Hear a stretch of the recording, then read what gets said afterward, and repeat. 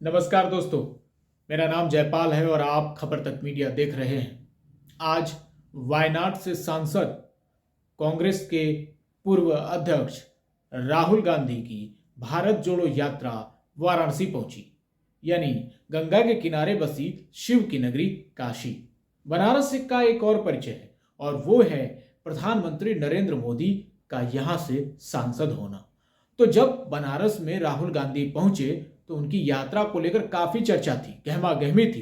कांग्रेस समर्थकों, कार्यकर्ताओं और बीजेपी विरोधी लोगों के लिए एक जरूरी पड़ाव था कि सीधे मोदी के किले में पहुंचकर राहुल गांधी उनको चुनौती दे।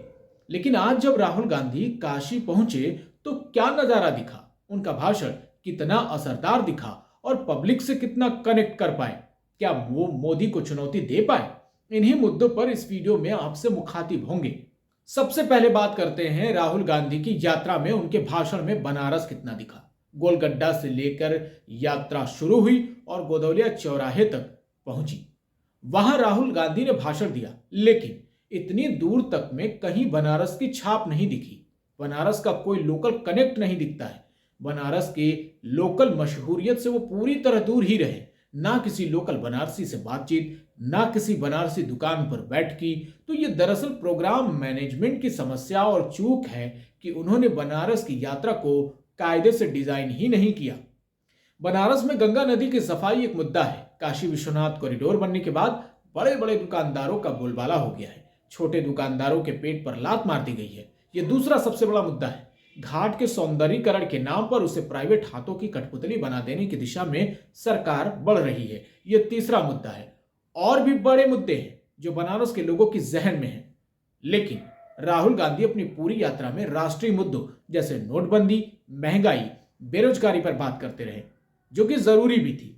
लेकिन आप जिस जिले में, जिस क्षेत्र में जा रहे हैं, वहां के मुद्दों को छोड़ नहीं सकते हैं। इससे आपकी यात्रा का कनेक्ट ही कमजोर पड़ जाता है। जब लोकल मुद्दों पर लोकल लोगों से बात नहीं की तो किससे बातचीत हुई? राहुल गांधी अपने भाषण के दौरान एक प्रभात नाम के शख्स से बातचीत करते हैं और एक युवा से। प्रभात बलिया के रहने वाले हैं। राहुल गांधी को वो माइक पर ही बताते हैं कि मैं बलिया का रहने वाला हूं। दूसरा लड़का जिसका नाम राहुल ही था वो बिहार का रहने वाला है। अब आप बताइए, आप बनारस में घूम रहे हैं और बातचीत वो भी माइक पर कर रहे हैं बलिया और बिहार के लोगों से। देखिए, ये करना गुनाह नहीं है, लेकिन इसमें कोई दिक्कत भी नहीं है। पॉलिटिक्स करना दूसरी चीज है, लेकिन कहां की जा रही है इसका खास महत्व होता है, जिसमें राहुल गांधी पूरी तरीके से कमजोर दिखे। समस्या यात्रा के रूट की भी दिखी। बनारस में जो रूट बनाया गया था वो इस यात्रा के किसी भी विश्वविद्यालय के जुड़ाव की गुंजाइश से बाहर था।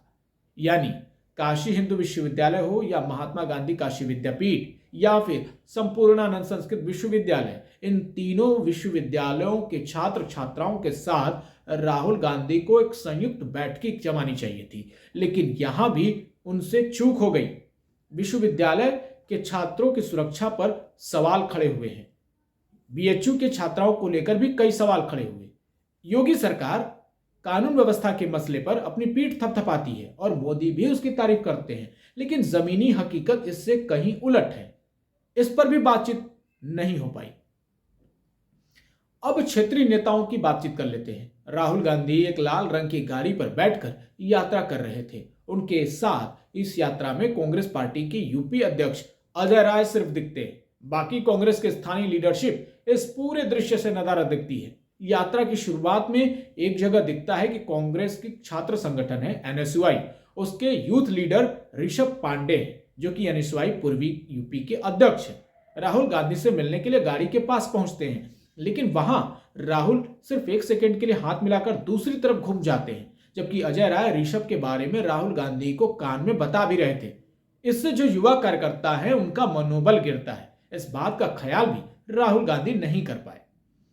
कुल मिलाकर बनारस में राहुल गांधी भले ही यात्रा के दौरान टी शर्ट से ऊपर रुद्राक्ष की माला दिखाते हुए घूम रहे हों, लेकिन पब्लिक से जिस तरह की कनेक्ट की जरूरत थी वो बिल्कुल नहीं दिखा। उल्टे उन्होंने मीडिया कवरेज पर सवाल उठाते हुए कह दिया कि ये लोग ऐश्वर्या राय को नाचते हुए दिखाएंगे, अमिताभ बच्चन को दिखाएंगे और मोदी को दिखाएंगे। मुझे लगता है कि मीडिया पर सवाल उठाने की उनकी ये भाषा दूसरी हो सकती थी। ऐश्वर्या राय वाला बयान तो कहीं से भी जायज नहीं माना जा सकता। इस बयान का टोन एकदम अभद्र था।